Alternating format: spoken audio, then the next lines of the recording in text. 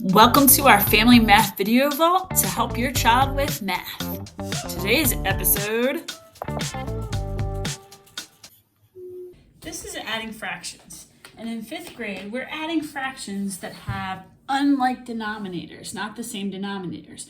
In 4th grade, we had videos that are adding fractions, but that's with the same denominator, which means the same size piece, and you can just add the numerators together. So this is a little bit more involved because we have to then think about how can we get these denominators the same to make the same size piece to then be able to easily add them together. And it goes back to equivalent fractions. So we build our work with equivalent fractions in 3rd grade and in 4th grade. So you can check out those videos from the past as well to help.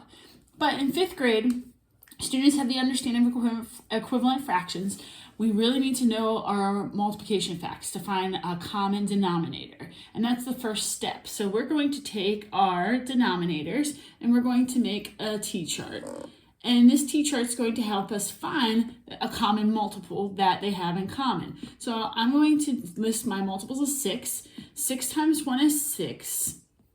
6 times 2 is 12, 6 times 3 is 18, 6 times 4 is 24, and 6 times 5 is 30. I'm going to stop there and I'm going to start with my other denominator of 9. And 9 times 1 is 9, 9 times 2 is 18. Now I can stop because they both have 18 as a common multiple, which is going to become my common denominator because we want our denominators to be the same.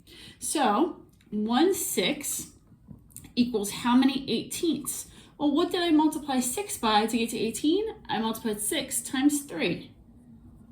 So now what we're going to do, because we're going to multiply times 3, 6 times 3 is 18, I'm going to multiply it by 3 on top. Because in 3rd grade, we learned that to write to 1 as a fraction is the same numerator and same denominator. And 3/3 is 1 whole. And whenever we multiply a number or a fraction by 1, it's going to be the same.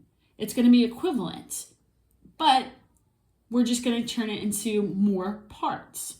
So 1 times 3 is 3. So these are equivalent fractions. 1/6 is the same as 3/18.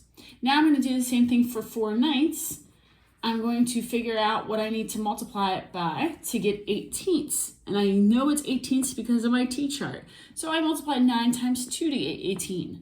So I need to multiply by a whole to keep 4/9 the same value, just changing the size of the parts to an equivalent fraction. So times 2 on the bottom, 9 times 2 is 18.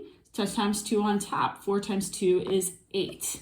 So now I have two fractions that, like 4th grade, has the same denominator. It's 18ths. So I can add them together. 3/18 plus 8/18.